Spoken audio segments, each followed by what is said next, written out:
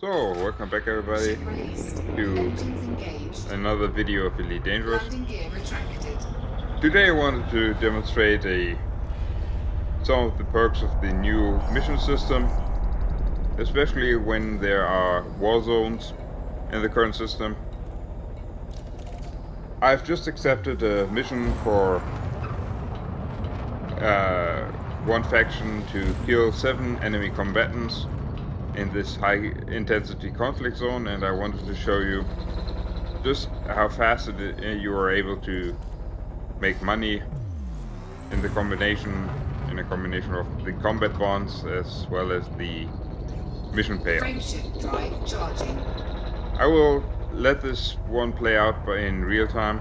It's nothing too fancy.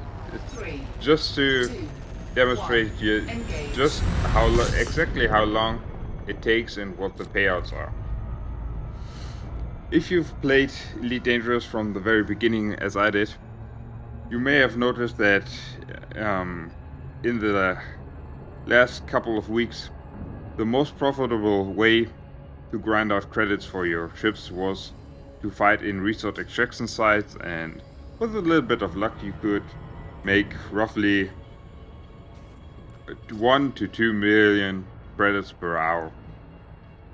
And unfortunately, however, in the last couple of patches this was heavily nerfed, and you will now never find a resource extraction site where anacondas are flying, other than the system defense force anacondas. So an alternative to this is to find yourself a system where there's a conflict zone, and then find yourself some kind of mission, most of which have payouts in different brackets depending on your combat rank, ranging from 150,000 credits to up to 900,000 credits to basically kill a set number of ships. The easiest way to go about this is as I'm doing here. This is not very sportsmanlike, I know, but I wanted to optimize my my time spent in this conflict zone here. So I'm picking on the smallest enemy, which in this case is an eagle. Everything else involves more shooting and longer combat, and as all ships are in conflict zones are kitted out to be more or less warships involving shield boosters and hull reinforcements, it takes a great deal of fighting to basically battle them down.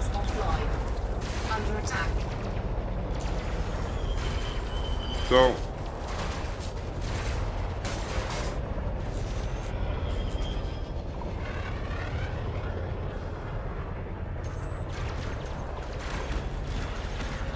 there goes my second target, only 5 more to go.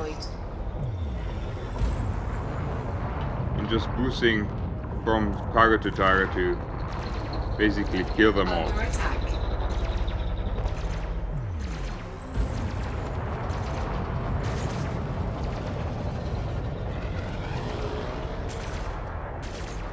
With the current level of patches and the current balancing, is actually pretty common that you have more luck in a regular resource extraction site when you're bounty hunting than in the newly introduced high intensity resource extraction site, because it's much more often that you find pythons or clippers in a regular resource extraction site than you find them in these high intensity ones. As you can see, you only need a few more enemies here.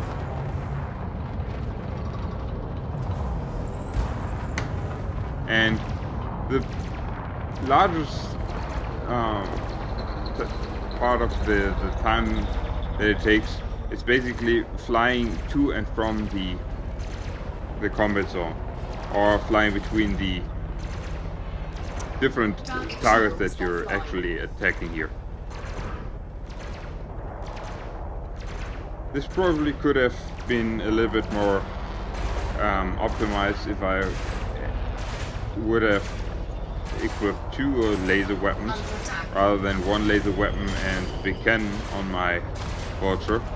But my vulture is kitted out with this, and I didn't want to change them around, and it's more or less, I just wanted to prove just how fast it is possible to make quite a bit of money here.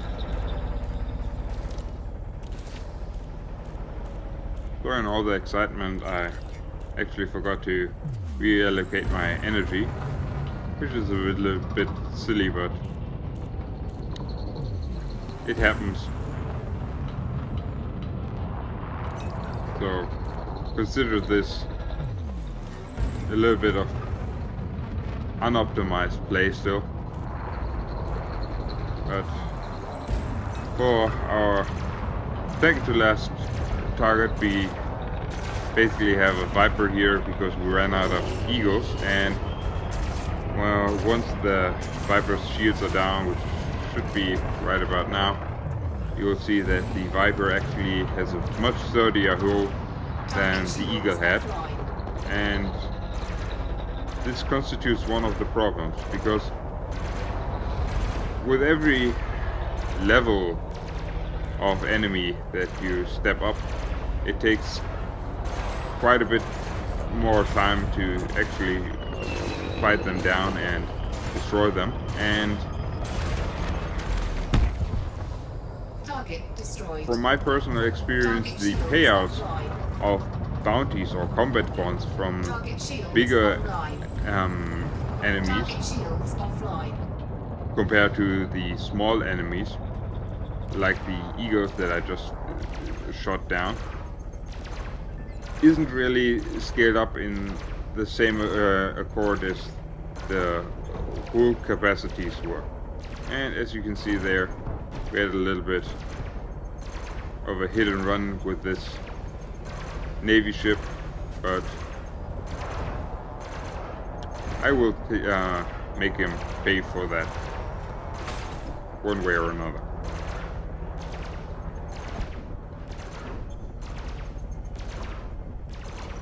Target shields online. Unfortunately, my last few shots didn't hit because I was too far away, so I have to battle down his shields again. Under attack. Target shields offline. And there he goes.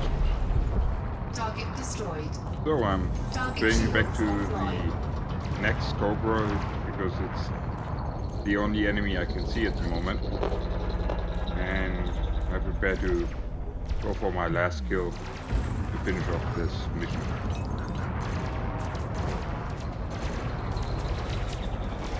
Under attack.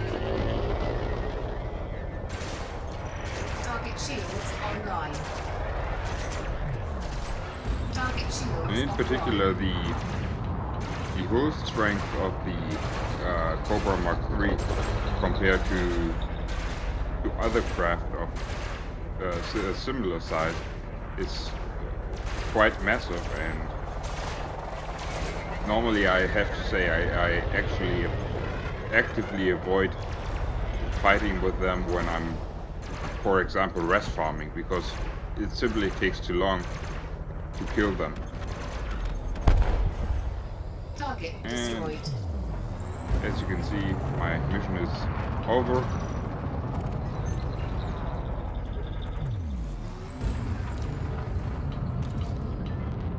Actually done.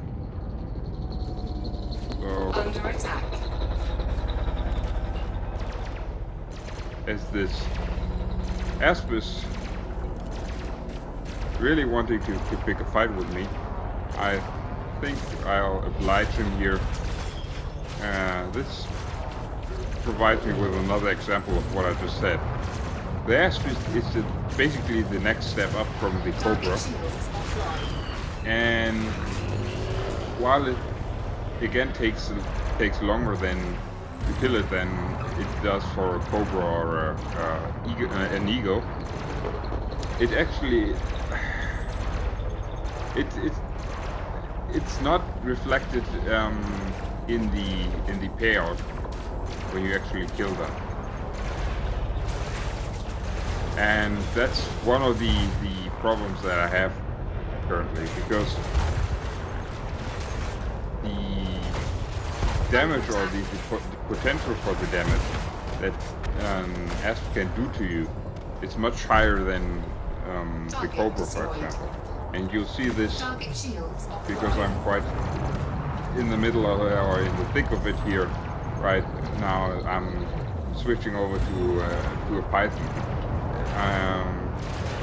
Especially because Pythons are one of the prime examples. Pythons, when you're attacking a Python in a Voltron, it is when there are more than target shields online. Than one attacker, it can very easily lead to your shields being actually depleted and you're taking hull damage.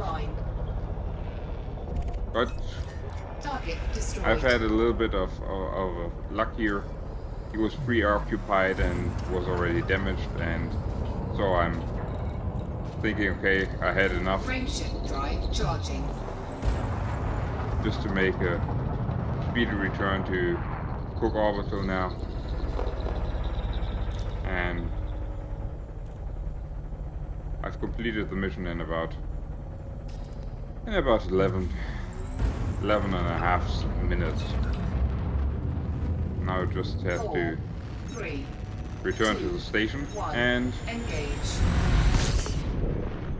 Then collect the bounty.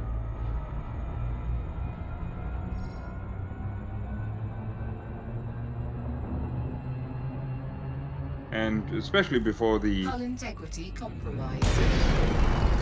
And this is what happens when you're flying in a invisible asteroid field.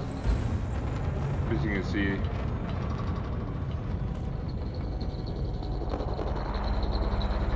the game throws me another loop, so I have now to wait now for my FSD drive to spool down, so it can spool up. And I've actually taken hull damage, even though I didn't suffer any damage through the whole combat. Anyway, what I was about to say was, when I first started to and tried to calculate the different payouts for different endeavors that you could do in Elite, I always found Reddit threads that were very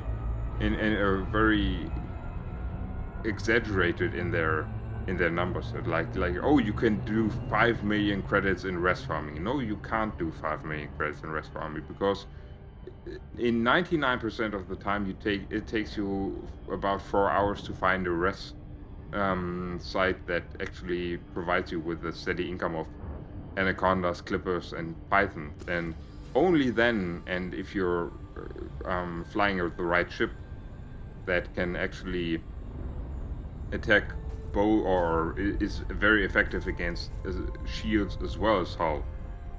As you might have seen here with the short combat when the Asp, I only use the cannons normally for larger ships, and it's very effective against armor. And normally on rest sites, just to explain this a little bit further, I don't use the cannon for anything below a python, and I sometimes even stop or don't use it against clippers because they're, in the regular research extraction sites, they're too feeble. So when all of this clicks into place, you may theoretically make 5 million an hour, but only if everything is absolutely perfect. And that's something that I've think is happening now with these military conflicts as well, because since I've recorded this, I've actually seen military conflicts that weren't as well paying as this one was, or where the missions weren't as well paying as this particular one was. And even though this, I personally think this mission and this conflict zone actually were quite good. You will see that the combat bonds payout by itself is less than you in recent history would get for shooting down a single anaconda in a resource extraction site. But because they basically eliminated this anaconda or these anacondas from the resource extraction site, it takes much more time now to actually get the credits from the resource extraction sites. And I hope this footage really shows you, because it's totally unaltered. I've put a dub over it, my voice track, but everything else is real time. There's Landing gear deployed. no cuts, nothing. And you'll see we'll come in here and we'll momentarily repair the ship, and you'll see the payout, and you can do the math yourself. We're probably at around 18 minutes Engines with everything, disengaged. and the payouts. You can see that the payouts are roughly 400,000 credits, make it 350 for the damage sustained from my stupid flying in the asteroid field and the repairs. As you can see here now, momentarily. There's a structural damage that I was talking about a second ago, and I'll repair the paint job as well. So, and you see combat bonds, 164,000 credits, so less than one anaconda in a research extraction site pre-patch. So, thanks for watching, and I hope this was informative for you, and hope to see you in the next one.